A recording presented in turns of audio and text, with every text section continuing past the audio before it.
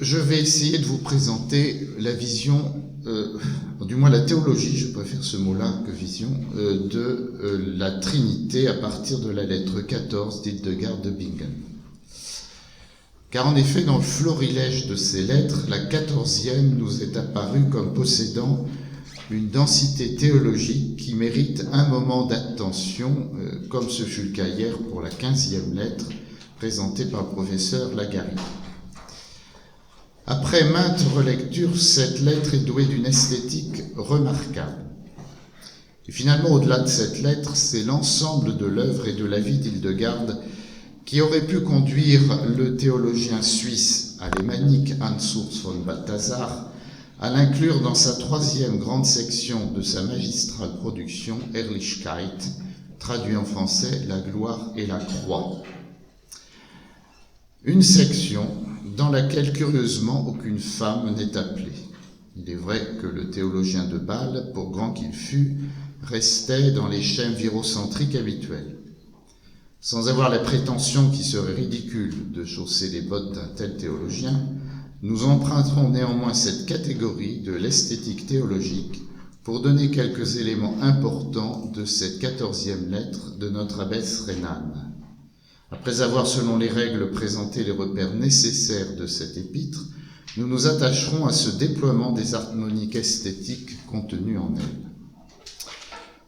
Les repères nécessaires donc pour cette lettre. Concernant l'auteur, c'est l'objet même du colloque et donc nous passons. Concernant le destinataire de cette 14e lettre, il s'agit de Eberhard de Bamberg, dont le patronyme est Eberhard von Ottelingen. Il serait né vers 1100 au sein d'une famille bavaroise.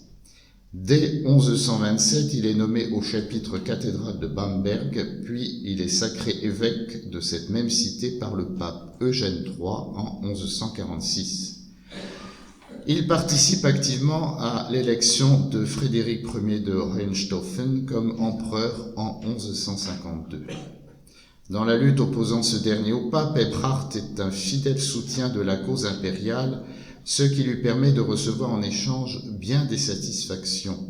Sous son épiscopat, le diocèse s'agrandit pour devenir l'un des plus puissants dans la partie orientale du Saint-Empire. Il décède le 17 juillet 1170. Ces précisions chronologiques permettent de situer ainsi l'espace temporel de rédaction de la lettre 14 d'Hildegard, mais n'étant pas, excusez-moi, un bon connaisseur de celle-ci, je préfère laisser aux personnes plus qualifiées que moi de préciser une possible date exacte de la rédaction de cette lettre. L'objet de cette lettre est de répondre à une question théologique pointue de la part de l'évêque de Bamberg lui-même. Nous reprenons l'incipit proposé dans l'édition de Migne. Je cite en latin « Questionem subtilem ad modum proponit » in patre permanet aeternitas, in filio aequalitas, in spiritus sancto aeternitatis aequalitatis queconnexio. L'adjectif subtil, questionem subtilem, souligne d'emblée la force et la difficulté de la question posée par l'évêque de Bamberg. Venons-en maintenant à la qualité littéraire de l'écrit. Hildegard livre sa pensée dans un latin élégant, maniant avec simplicité et précision la syntaxe pour rendre compte d'une pensée théologique complexe. Le vocabulaire est choisi avec ce problème inhérent au latin médiéval dont certains vocables peuvent se révéler redoutables dans l'effort de traduction en français. Dans ce cadre, dans la traduction que j'ai essayé d'élaborer, j'ai préféré les termes théologiques dans les cas où il y avait hésitation entre plusieurs possibilités. Les images utilisées par notre excellente abbesse aèrent le texte, comme vient de le dire pour Sainte Catherine de Sienne, le père de Clermont-Tonnerre. Donc ces images aèrent le texte, aident et soulignent les considérations d'intellection du mystère trinitaire et apportent des touches supplémentaires à la dimension esthétique de l'œuvre. Dans l'adresse initiale, Hildegard précise à son correspondant qu'elle lui livre ce qu'elle a reçu par révélation particulière. Je cite « Maintenant, ô Père, comme faible créature, j'ai été saisi par la vraie lumière, et selon ce que j'ai vu et entendu dans cette authentique vision que tu as demandé que je te dévoile, la voilà. » Fin de citation. Cela laisse supposer, et nous l'avons entendu depuis hier, une profonde différencité de vie mystique et de profonde relation avec Dieu. Peut-on proposer un plan de cette lettre? C'est assez ardu, dans la mesure où les éléments de la dite vision s'enchaînent logiquement et apparemment facilement, mais, après l'adresse d'usage que je viens de rappeler, somme toute assez courte, Hildegarde commence par dévoiler ce qu'il convient de dire et de comprendre quant à l'éternité puissance du Père. Ensuite, c'est dans la clarté de cette puissance éternelle que se déploie la création, deuxième section de l'épître. Création à laquelle participe pleinement le Fils, dont l'égalité d'essence avec le Père est ainsi dévoilée. Ensuite, troisième section, Hildegarde rappelle comment le diable a préféré sa propre lumière et est ainsi tombé dans le néant. À la suite du diable, l'être humain a chuté, mais la dilection de Dieu à son égard et la dualité corps-matière lui permettaient de rester dans la société divine. La dernière section, qui occupe près du tiers de la lettre, vient expliquer comment l'Esprit Saint est union, communion des deux noms, égalité et éternité. La fin de la lettre renvoie au combat spirituel mené sous la lumière de l'Esprit Saint, et l'appel à la parabole de l'enfant prodigue vient couronner l'ensemble, innervé en mains endroits de citations bibliques. Mais en relisant encore hier soir la lettre et ce que j'allais vous communiquer, ce plan m'a paru peut-être un peu rigide, dans la mesure où finalement je me suis aperçu qu'il y a une véritable intrication, comme d'ailleurs le présentent pour les deux premières reproductions du Scivias, ici sur ma droite mais sur votre gauche, et où finalement j'ai peut-être trop systématisé ce plan dans la mesure où il y a une interaction très profonde entre ce mystère de la Trinité et ce mystère de la création. Et cela revient de manière permanente dans la lettre, si bien que je réfléchis encore à la pertinence de la présentation que je viens de vous faire. Je dirais le conférencier bien compliqué, mais c'était mon surnom. Dans une des facultés, on m'avait surnommé « Monsieur, c'est plus compliqué ». Voilà. Après cette présentation, entrons à présent dans les éléments permettant de faire entrer cette lettre dans la perspective d'esthétique théologique chère à Hans Urs von Balthasar. En premier lieu, nous allons nous attacher à montrer comment Hildegarde livre son expérience de la Trinité.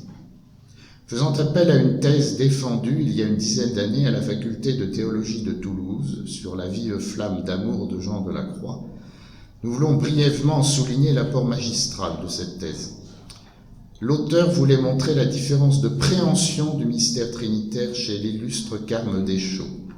Dans la version A de la vive flamme, la manifestation et l'entrée dans le mystère de Dieu Trinité est au présent. Il est possible pour saint Jean ici-bas, dans une vie d'oraison contemplative assidue, de goûter les joies de la vision béatifique. Dans la version B, au contraire, version vraisemblablement corrigée par les adversaires de saint Jean, et non par lui-même, comme le dit la tradition, cette vision de contemplation immédiate est impossible ici-bas, et il faut attendre l'entrée dans l'au-delà. Hildegarde est évidemment dans le cadre de la vision immédiate et elle en rend compte à l'évêque de Bamberg. Elle ne craint rien, ne prend aucune précaution oratoire pour simplement et fermement exprimer ce qu'elle vit dans les colloques intérieurs dont la bienheureuse Trinité lui fait profiter. Et d'ailleurs, en avançant dans la réflexion de ce colloque, je me disais, faudrait-il pas une fois se poser la question du statut épistémologique de la visio mystica? Qu'entend-on vraiment par vision? J'ai peur qu'on ne dérive quelquefois sur un aspect trop corporel, voire comme on voit avec nos yeux, et qu'on ne revient pas à la vision au cœur de la Bible, qui est une vision du cœur, une vision de l'intérieur, et qui n'est pas forcément oculaire, mais qui est de l'être à l'intérieur. Si de fait elle tente à préciser comment faut-il entendre l'attribution de l'éternité au Père, de l'égalité au Fils et des deux au Saint-Esprit, tout son vocabulaire est inondé de la lumière.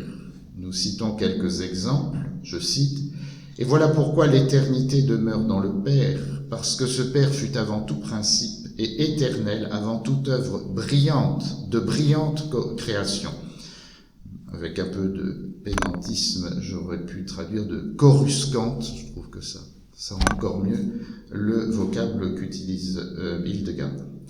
Ou encore plus loin, elle écrit « Le Père est clarté, et cette clarté a une splendeur, et cette splendeur un feu, et ils sont un. » Ou encore « La splendeur produit des éclats, et la splendeur est cet illustre Fils qui donna aussi des éclats quand il dit « Fiat ».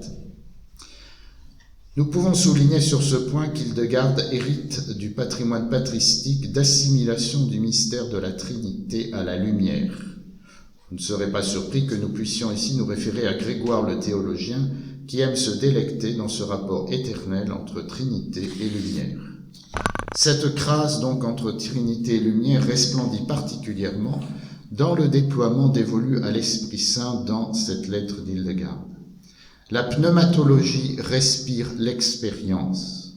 Serait-ce une lapalissade que de préciser que l'Esprit Saint est le nœud névralgique de tout le dévoilement hildegardien contenu en cet épître. Je cite, « L'Esprit Saint dévoile l'éternité, démontre l'égalité qui ne font qu'un. » Ou un peu plus loin, « L'Esprit Saint est feu et vie pour l'éternité et l'égalité. » Ou encore, « L'éternité ne peut être l'éternité sans l'Esprit Saint. L'égalité ne peut être l'égalité sans l'Esprit Saint. L'Esprit Saint est dans les deux, un divinement, et il est Dieu. » Fin de citation. Nous retrouvons en ces lignes l'équilibre dogmatique si cher aux Cappadociens, la centration du mystère trinitaire dans la personne de l'Esprit Saint reprend les perspectives de Basile de Césarée dans son traité de l'Esprit Saint, en tenant compte de l'apport décisif du père Ganocci dans ce néologisme théologique qu'il créa à l'Université catholique de Paris de sunontologie. Un équilibre maintenu dans le fait que cette union n'est nullement confusion, car l'Esprit Saint est lui-même unique et Dieu, comme le dit d'ailleurs Grégoire de Nazianze dans son 3e poème dogmatique. Retrouvons toujours Hildegard quand elle écrit, je cite, « Et ces trois personnes, pour ainsi dire, sont un seul Dieu, dans le Père l'éternité, car rien ne fut avant lui, et l'éternité ne peut avoir de commencement comme la création qui, elle, tient son principe de Dieu. Dans le Fils est l'égalité, car le Fils ne tient de rien d'autre que du Père, et le Père ne trouve d'élection que dans le Fils. L'union se fait en l'Esprit Saint, car le Fils demeure éternellement dans le Père, et le Père dans le Fils, et l'Esprit Saint est en eux vie ignée, et ils sont un. » Fin de citation. Ajoutons à la lumière, à l'expérience pneumatologique, que la vie est extrêmement présente dans cet épître, ce qui en soi n'est pas est évident. Je cite Hildegard, « Et qu'est-ce que l'éternité? C'est Dieu. Cependant, l'éternité n'est pas l'éternité sans la vie parfaite.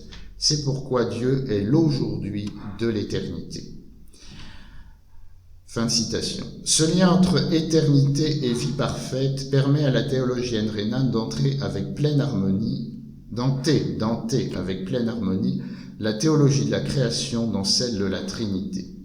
Avec une belle aisance, n'écrit-elle pas « Cette éternité vivante n'est pas sans florescence. C'est pourquoi le Verbe du Père a produit en sa complaisance toute la création, sans que le Père, en sa grande puissance, ne fût passif. » Après avoir rappelé combien ceux qui essaient de semer la division par les propriétés intrinsèques à chacune des personnes divines perdent leur temps et font le jeu du malin, notre abbesse rappelle, je la cite, « la clarté paternelle de laquelle tout est né et en laquelle tout circule, parce que venant de sa puissance même, sa puissance a créé l'être humain et il a mis en celui-là même le souffle de vie. » Genèse 2. Fin de citation.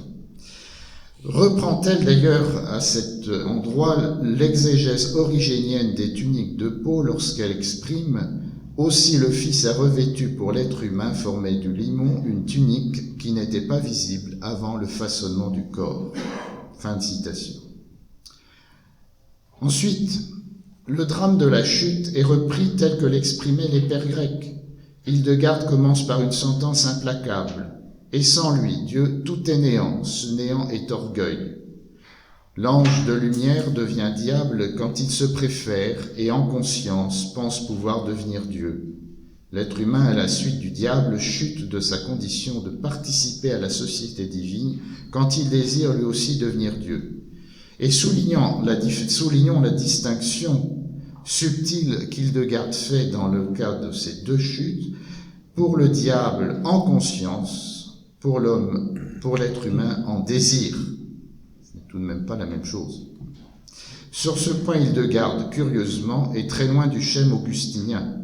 Son anthropologie est vivante et espérante. Et je la cite, « Mais cependant l'être humain ne perdit pas cet amour que Dieu lui avait donné. Adam lui désirait la clarté de Dieu, être dans sa société en laquelle se parfait sa matière. » C'est vrai, j'ai eu du mal à traduire, c'est pour ça que j'ai mis des guillemets là. Parce qu'elle est pour une part limpide, mais aussi pleine d'imperfections. Fin de citation. C'est assez surprenant de constater que dans l'agencement même des propositions théologiques, nous retrouvons au moins pour une part importante la trame essentielle que Grégoire de Nazianze livrait à ses auditeurs et qu'il reprit dans son discours 38. En tout cas, une similitude étonnante avec l'acquis des pères cappadociens. Il n'est pas possible de reprendre tous les apports de cette lettre, étant donné le temps imparti à cette conférence. D'autres aspects pourraient être honorés, mais il nous apparaît que les plus importants viennent d'être exposés. Il faut cependant ajouter à cela la beauté des comparaisons données. Pour évoquer la vie, Hildegarde écrit « L'arbre ne peut verdir sans la sève, ni la pierre ne peut être sans humeur, ni aucune créature n'est sans sa propre vie. » Ou encore « En effet, le soleil est d'un blanc éclatant, une lumière brûle en lui, et un feu jaillit en lui qui illumine le monde et apparaît en son entièreté. » Ou encore « Car les fleurs sourdes de la sève, et des fleurs sont produits les fruits, les nuages suivent leur cours, les eaux donnent la délicate fraîcheur, le vent la pureté de l'air, les ruisseaux ce qu'il faut pour nourrir. » Cela nous renvoie aux images données par Catherine de Sienne qui viennent d'être évoquées dans la conférence précédente. Cette dilatation bucolique nous amènerait à évoquer une parenté esthétique, cette fois avec une ouverture musicale, faisant référence à l'inimaginable moderne introduction de l'oratorio de la création de Joseph Haydn. Et vous permettrez, pour avoir fait quand même pas mal de musique, de souligner que cette introduction de l'oratorio de la création de Joseph Haydn me paraît comme l'un des sommets de la création musicale dans la réinterprétation de cette page biblique des premiers versets de la Genèse. Nous traçons bien dans ce cadre notre intuition balthazarienne, sans oublier le début même de l'épître. « Ô pasteur, ne te dessèche pas dans les douces effluves émanées du baume balsamique plein de sève ardente. » Un ultime point avant de conclure. Plus haut, nous avons évoqué l'innervation scripturaire de cette lettre. Les citations ne sont pas nombreuses, mais elles appuient de leur autorité la majesté de la présentation de la visio. D'emblée, Exode 3, avec le nom de Dieu, celui qui est. Et là, curieusement, dans la lettre 14, elle dit celui qui est, alors que Jean-Claude Lagarrigue, hier, nous a montré dans la lettre 15 que ça commence par celui qui est, celui qui était, celui qui vient. Genèse 2. Exode 3. Dans Genèse 2, nous l'avons dit, pour rappeler le lien fondamental et vital entre Dieu et l'être humain, le souffle de Dieu, la Ruach Adonai. Genèse 1, dans le fiat de la création. Mais là aussi, c'est apocopée, puisque dans le texte, je prends la version latine, c'est fiat lux. Là, elle se contente de dire simplement fiat. Je me suis interrogé en me posant la question, Hildegarde se contentant du seul impératif, ne rajoutant rien, laisse-t-elle ce fiat résonner dans toute la puissance de ce qu'il est et de ce qui advient de lui? Elle ne restreint pas seulement à la lumière, mais à tout ce qui va surgir de cette création. On renvoie peut-être d'ailleurs à la représentation de la personne humaine entièrement déployée dans l'orbe de mystère trinitaire. Elle cite Jean 1, Saint Jean, l'évangéliste, pour souligner que tout a été fait par lui et rien ne fut fait sans lui. Isaïe 14, dans le contexte de Lucifer perdant tout et se retrouvant dans la géhenne. Sagesse 1, dans le fait que l'Esprit du Seigneur a rempli l'univers, une fois encore martelant la puissance de création de Dieu et sa présence donnée en son esprit de vie. Luc 15, enfant, avec cette belle insertion de la parabole de l'enfant perdu et retrouvé, chemin paradigmatique de l'être humain éternellement en quête de son Dieu.